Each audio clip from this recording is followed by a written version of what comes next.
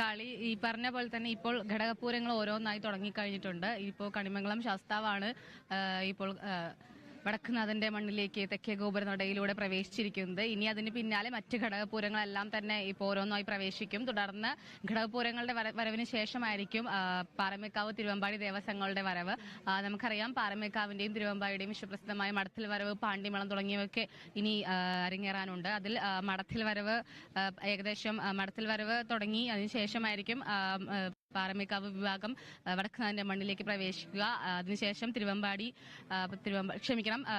വിഭാഗം പ്രവേശിച്ചതിന് ശേഷമായിരിക്കും പാറമേക്കാവ് വിഭാഗം പ്രവേശിക്കുക. ഇതിനു ശേഷമായിരിക്കും രണ്ട് എഴുന്നള്ളത്തും കഴിഞ്ഞതിന് ശേഷമാണ് പ്രശസ്തമായ ഇലഞ്ഞിത്തറ മേളം അരങ്ങേറുക. അതും വടക്കുനാഥന്റെ കൂത്തമ്പലത്തിനുള്ളിൽ ഇലഞ്ഞിത്തറയുടെ താഴെ മേളം കൊട്ടുന്നതുകൊണ്ടാണ് അതിന് ഇലഞ്ഞിത്തറ മേളം എന്നൊരു വിശേഷണം വന്നിരിക്കുന്നത്. ആ ഇലഞ്ഞിത്തറ മേളത്തിന് ശേഷം ആയിരിക്കും ഈ ഒരു എല്ലാവരും കാത്തിരിക്കുന്ന വിശ്വപ്രസിദ്ധമായ കുടമാറ്റം നടക്കാൻ പോകുന്നത്. ആ ാണ് ഇനി ഒളിച്ചിരിക്കുന്ന സസ്പെൻസ് അല്ലേ? അതായത് ഈ ചമയം ഇന്നലെ നമ്മൾ കണ്ടു. ചമയം എന്ന് പറയുന്നത്